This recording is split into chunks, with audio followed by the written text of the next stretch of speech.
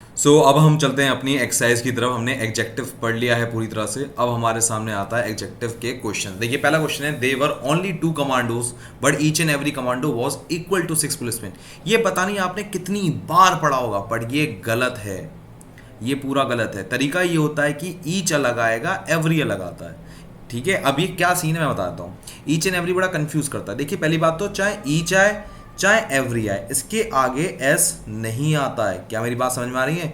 चाहे 1000 लड़कियां हो, 1000 लड़कियों को काम करना हो, each girl have to go to the college, each girl have to go to the college. चाहे हजारों लड़कियां हो, पर क्या आएगा? गर्ल्स नहीं आएगा, डेज नहीं आएगा। क्लियर है? ये बात बहुत एकदम सरल मैंने सिंपल भाषा में आपको बताई है।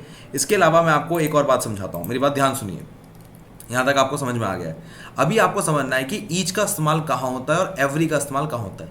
ईच जब आप हर इंडिविजुअल को टारगेट कर रहे हो, each one of you have to come to the office, each one of you have to come to the school. तो जब ईच हर बार लगेगा कि मैं को इसको भी टारगेट करना है, इसको भी टारगेट करना है, इसको भी टारगेट करना है, तो हम ईच का इस्तेमाल करेंगे।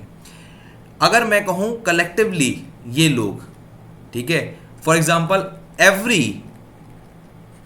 Every dog has its days, तो इसका मतलब है पूरे डॉग कम्युनिटी की बात कर रहे हैं। क्या मेरी बात समझ में आ रही है?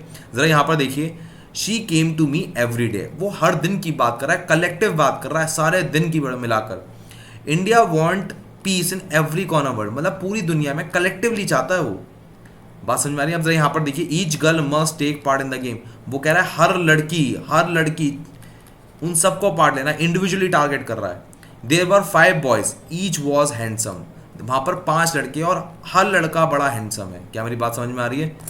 ठीक है, अब अगला क्वेश्चन देखिए, she ordered certain girl to make entry in to the manager office. अब जरा यहां पर आपको पता होना चाहिए, अगर आपको यहां पर सर्टेन वर्ड है तो या तो अगर एस लगाओ, ठीक है, या अगर एस नहीं लगाना है तो यहां पर आगे ए लगाओ।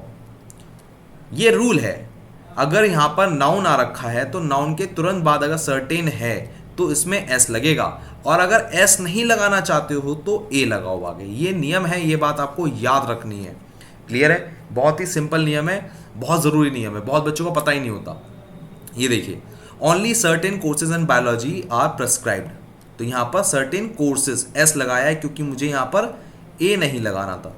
अगर मुझे ए लगाना है तो यहां पर एस नहीं आएगा। सर मीनिंग में कोई डिफरेंस है? नहीं, कोई डिफरेंस नहीं है, आपको एक ही मीनिंग पड़ेगा। जरा देख लीजिए, only certain course in biology are prescribe, only a certain course in biology is prescribe, दोनों का मतलब सेम ही है।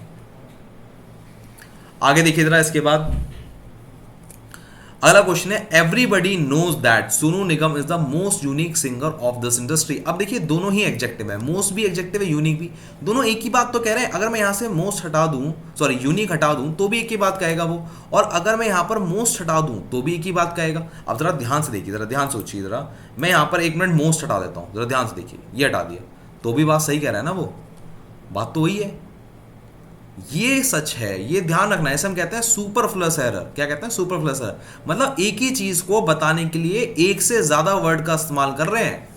बात समझ रहे हो? बात हम कह रहे हैं कि भैया बहुत ही अच्छा सिंगर है, बट उसके लिए 2-3 वर्ड का इस्तेमाल कर रहे हैं, तो एक गलत हो जाता है। क्लियर है? अगला देखें question, Chennai is further from the Pune than Nagpur.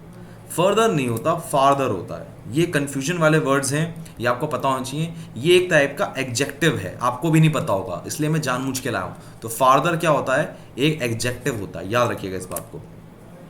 आगे चलते हैं जरा, you can see this channel for the last news of this week. ये लास्ट होता है आखिरी, आखिरी यहां होता है लेटेस्ट न्यूज, ठीक है ना। अब जरा न्यूज क्या है? नाउन है, और लेटेस्ट क्या है? एग्जेक्टिव। आई होप आपको क्लियर हो। मैं बता चुका हूं हजारों बार, नाउन के आगे एग्जेक्टिव आता है, नाउन के आगे एग्जेक्टिव आता है, हजार बार बोल चुका हूं। आई थिंक आपको क्लियर आ रही हो। अब आगे बढ़ते हैं जरा मेरे साथ, यहां पर देखिए, अगला क्वेश्चन है, it is the fact that John F Kennedy was the first politician of his time. अब यहां पर ना आपको है ना थोड़ा नॉलेज टेस्ट हो रहा है, अगर ध्यान से देखा जाए। अगर आप देखोगे, वैसे तो इसमें नो एरर है, सच बताऊं मैं, but John F Kennedy America के पहले प्रेसिडेंट थे ही नहीं, वो तो फॉरमोस्ट थे। फॉरमोस्ट मतलब जाने माने, बहुत ही प्रसिद्ध। यहां पर आपका बेवकूफ काटा गया है। जॉन एफ कैनेडी सबसे ज्यादा प्रसिद्ध पॉलिटिशियन थे अपने टाइम के, फर्स्ट नहीं थे। ये आपका पोपट कट गया। अगर आपको नॉलेज ना हो तो एक आध क्वेश्चन ऐसे भी गलत हो जाता है, इसलिए मैंने आपको बताया। ठीक है, फर्स्ट एंड फॉरमोस्ट आपको याद रखना। फर्स्ट मतलब पहला, फॉरमोस्ट मतलब सबसे जाना माना, मोस्ट नोटेबल, जिसको सब लोग जानते हो, या प्रसिद्ध या सेलिब्रिटी कह सकते हैं। ठीक है ना, फॉरमोस्ट को आप सेलिब्रिटी भी कह सकते हो कि बहुत ही प्रसिद्ध आदमी है। क्लियर है, ये एग्जाम में बहुत कॉमन आने वाला वर्ड है, आपने शायद नोटिस ना किया हो, बट कभी पेपर उठा के देखना, हर पेपर में मिल जाएगा आपको। आगे देखिए, in spite of facing much problem he did not falter from his path. देखिए वहां पर सबसे बड़ा, देखिए बहुत ही, इतना मैं कहूँ इतना प्यारा क्वेश्चन है ना, इतना प्यारा। ये सीडीएस एनडीए में देखा गया है question, CDS NDA, in fact title army में देखा गया है, और ऐसी सीजीएल का तो ऐसा फेवरेट बन रखा है, मैं क्या बोलूँ। मैं जरा देखिए, यहाँ पर मच और मैनी का खेल है। सर समझ नहीं आया, मुझे समझाओ आप ना सीधे आंसर मत बोलो। देखो मच जो यूज होता है वो क्वांटिटी बताता है, बट आप उसे गिन नहीं सकते। जैसे क्या आप प्रॉब्लम गिन सकते हो? क्या आप प्रॉब्लम गिन सकते हो? हाँ, आप प्रॉब्लम गिन सकते हो। मेरी ये प्रॉब्लम है, ये प्रॉब्लम, ये प्रॉब्लम, ये प्रॉब्लम, ये प्रॉब्लम, मेरी ये प्रॉब्लम है। क्लियर है? बट अगर मैं कहूँ मच वाटर, मच नॉलेज, ये कैसे गिनोगे? आप कहोगे सर 1 लीटर पानी, नहीं मेरी जान, वो हमने क्या है, एक बकेट बना दी है जिससे हमें थोड़ा आसानी रहे, पर पानी की एक बूंद है, अब उसको और तोड़ सकते हो, और तोड़ सकते हो, और तोड़ सकते हो, और तोड़ सकते हो, जितना मर्जी तोड़ तोड़ के छोटा कर सकते हो। तो यहाँ पर जिस चीज़ को आप काउंट नहीं कर सकते, ठीक है ना, सिर्फ क्वांटिटी की बात करते हैं, नंबर में नहीं काउंट करना, पकड़ पकड़ के काउंट नहीं कर सकते, ये 1 2 3 4 ऐसे काउंट नहीं कर सकते, तो वहाँ पर मच नहीं आता है। ठीक है, वहाँ क्या आता है? वहाँ मैनी आता है। तो यहाँ पर मैनी प्रॉब्लम्स आएंगी। In spite of facing many problems he did not falter from his path. Clear है, बहुत ही सिंपल था। आगे देखेंगे। अब देखिए यहाँ पर अगर आप ये क्वेश्चन तभी कर सकते हैं, एग्जेक्टिव का है वैसे तो, पर आपको आर्टिकल की नॉलेज होनी चाहिए। मैंने आर्टिकल आपको पढ़ाया था, याद है? मैंने आपको डेफिनेट बताया था। डेफिनेट क्या होता है? अगर वो डेफिनेट आप कर रहे हैं, देखिए जरा डेफिनेट कैसे, जरा यहाँ पर देखिए, whole the chapter of the book is full of printing error. यहाँ पर क्या गलती है? आपको पढ़ने में लग रहा हो दा गलत है, पर दा आएगा क्या? क्या यहाँ पर आएगा? बिल्कुल, क्योंकि वो एक डेफिनेट चैप्टर की एक बात कर रहा है, the whole chapter of the book. आपने कोई किताब पढ़ रहे थे, उसका एक पूरा चैप्टर आपने उसमें प्रिंटिंग एरर देखी, पूरे में प्रिंटिंग एरर, पूरे डेफिनेट की बात हो रहा है कि नहीं हो रहा? हाँ, बात क्लियर हो गई सर। तो यहाँ पर दा की मिस्टेक है। आगे देखिए जरा, this candy is preferable than that and its taste is also comparatively good. अब देखिए देन क्या है? एक तरह से कंजक्शन है, दैट भी एक कंजक्शन। कभी सुना है 2 कंजक्शन एक साथ आ रहे हो? सुना है कभी? नहीं सुना होगा। तो यहाँ पर देन नहीं आएगा, टू आएगा यहाँ पर। पहली बात तो सर 2 आ सकता है, सर 2 भी तो एक कंजक्शन ही हुआ ना। बिल्कुल सही बात, पर आपको याद है मैंने पढ़ाया था, जो प्रेफर वर्ड होता है, जो प्रेफर वर्ड होता है उसके बाद देन नहीं आता है, 2 आता है। याद है मैंने आपको ऐसे, देखो लिस्ट दिखाई थी मैंने आपको, देखो जरा मैं आपको याद दिलाता हूँ। ये देखो कहाँ गई, ये देखिए ये लिस्ट थी। प्रेफर के बाद 2 आता है, देन नहीं आता है। याद है? सीनियर, सुपीरियर, ये है पूरा खेल। याद रखें, छोटी छोटी चीज़ होती है, पढ़ाया हुआ ही आएगा एग्जाम में। बहुत ही एकदम सटीक पढ़ाता हूँ मैं एकदम, कि एग्जाम में जो पूछा जाए वही आएगा। चलिए आगे देखते हैं जरा, आगे देखें जरा। Her mother told him that it would be more better if he would do his work himself. अरे भैया, गुड के आगे कभी मच देखा है, मोर देखा है? नहीं भैया, ये होता मोर लकी देन यू, तो चल जाता। पर जब लकीयर हो जाता है, ये यहाँ पर देखो गुड का बेटर हो रखा है ना, ध्यान से देखो, गुड का बेटर हो रखा है, तो यहाँ पर देन आना चाहिए ना। देन कहाँ है? यहाँ पर मिसिंग है देन, जस्ट ही मोर लगा रहो। ये गलत हो गया। अगर मान लो यहाँ पर लिखा होता, फॉर एग्जाम्पल ऐसे लिखा होता द मोस्ट ब्राइटेस्ट, तो भी गलत हो जाता।